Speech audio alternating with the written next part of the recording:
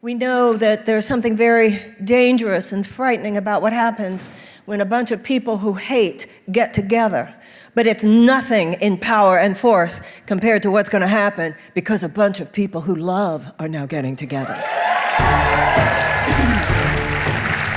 If we're talking about breakout moments, she had several that made people sit up and take notice. It's like, wait a minute, who is this lady? Yep. She's pretty good. Check out this headline: a star is born.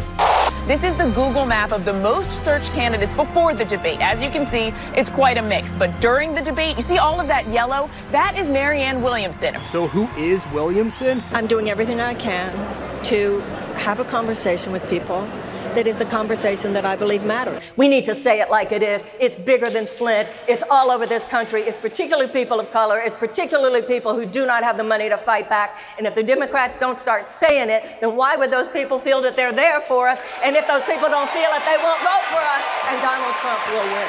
And all of a sudden, people went from Marianne Williamson, the joke, to, maybe she says a few things we like.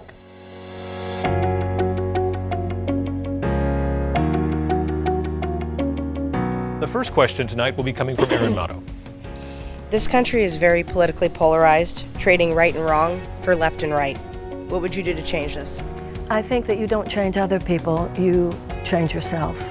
And I am very clear, and I think all of us need to remember that the foundational principle of this country is unity in diversity. Out of many, one. Saying things which others are not. She always answers questions on a different level than everybody else. You always go to the root of things.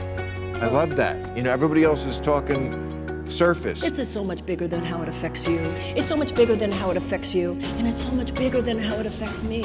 It's whether or not we as a generation stand up for this extraordinary possibility of a society in which the values of equality and the values of equal opportunity and the values of the real right of all people to pursue their happiness is something that is safe in the hands of this generation. I'm asking you to join with me. I'm asking you to join with me, not just to elect me president. Something bigger than that has got to happen than just electing anyone president.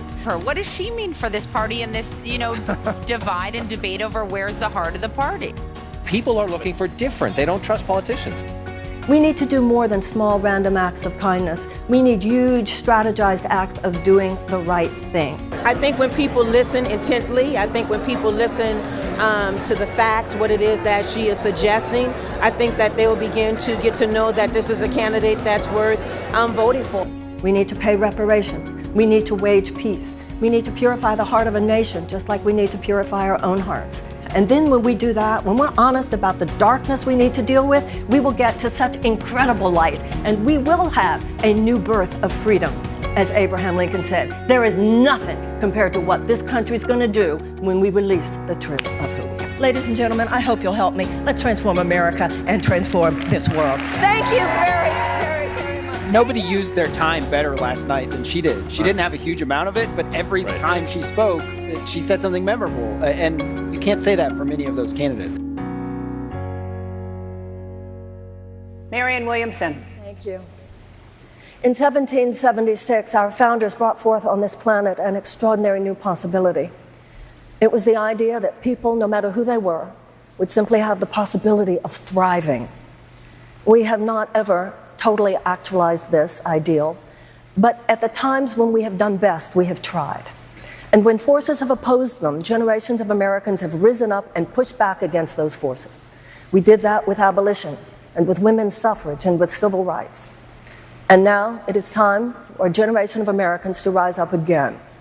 For an amoral economic system has turned short-term profits for huge multinational corporations into a false god.